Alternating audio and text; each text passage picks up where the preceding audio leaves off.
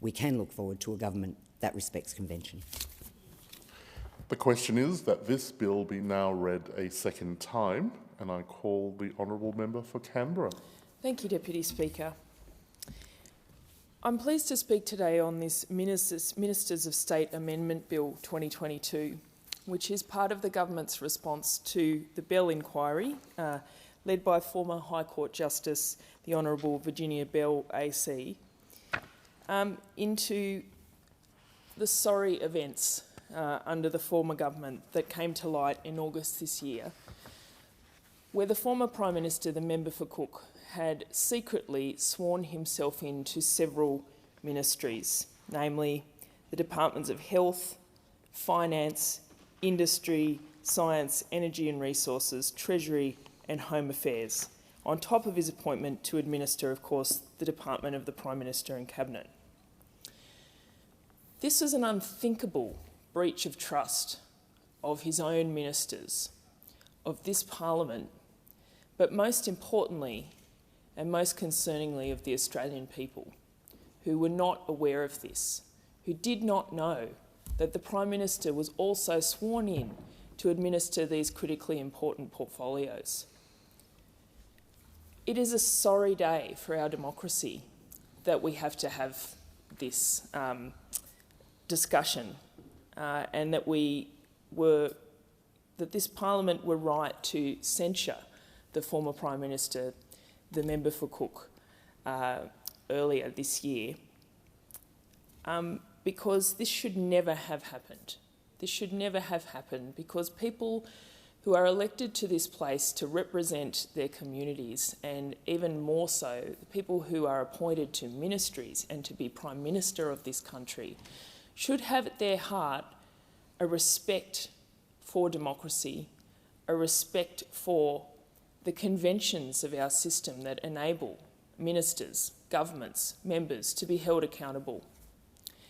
And to be honest, I don't take pleasure in giving a speech like this. I don't take pleasure in, again, kind of looking at the behaviour of the former Prime Minister and what an absolute disgrace it was for the people of this country to have a Prime Minister who just consistently showed a disrespect for the conventions of this place, its operations, and a complete contempt for the accountability that was required of a Prime Minister, a consistent failure to take responsibility for just about anything.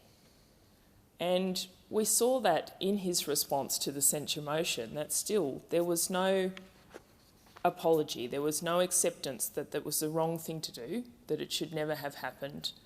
And in fact, perhaps it was the media's fault for not asking specifically if he had sworn himself secretly into other ministries. So I'm proud that we are a government and that we have a Prime Minister that takes these conventions seriously, that respects the role of this Parliament, which is essentially about the representation of the people of Australia, each of their electorates in this place. It should be really incumbent on us that people have put their trust in us to represent them and their needs and the issues that concern them in this place. And that is what it should very simply be about for each of us here. So the idea that this could happen, the idea that a Prime Minister could breach the trust of his very own colleagues, the very people that he has appointed to be in charge of those critical portfolios, that he could do this behind their backs, but also for that to be secret from the Parliament and the public is frankly disgraceful and unthinkable. So this bill is an important step, an important part of our government's response to the Bell inquiry to ensure that this never happens again.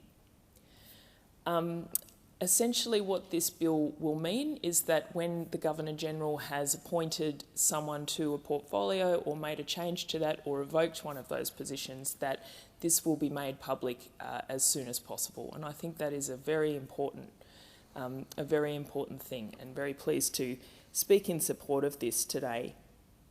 Because essentially if the Parliament does not know that someone is responsible for a portfolio, how can they hold that person to account? They can't. And how can a minister perform their role with any kind of integrity when they actually don't know that the Prime Minister is also sworn in into that role, and obviously not trusting them, which is an important, part of the conventions and the way that the Westminster system operates. So this was an incredible thing that happened, and a sad, sorry chapter of Australian history. And I'm pleased that this bill marks a quick response to this, and that we don't want to ever see this happen again.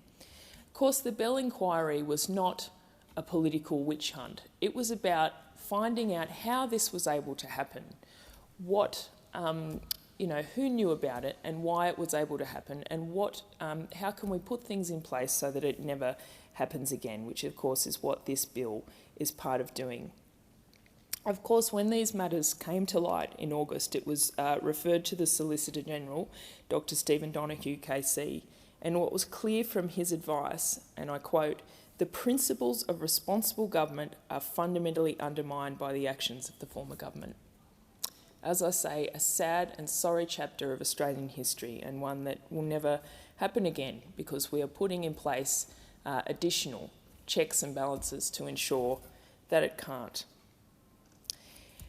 It's little wonder that trust in our democracy is at all-time lows, and that is very sad for most of us in this place who take democracy very seriously.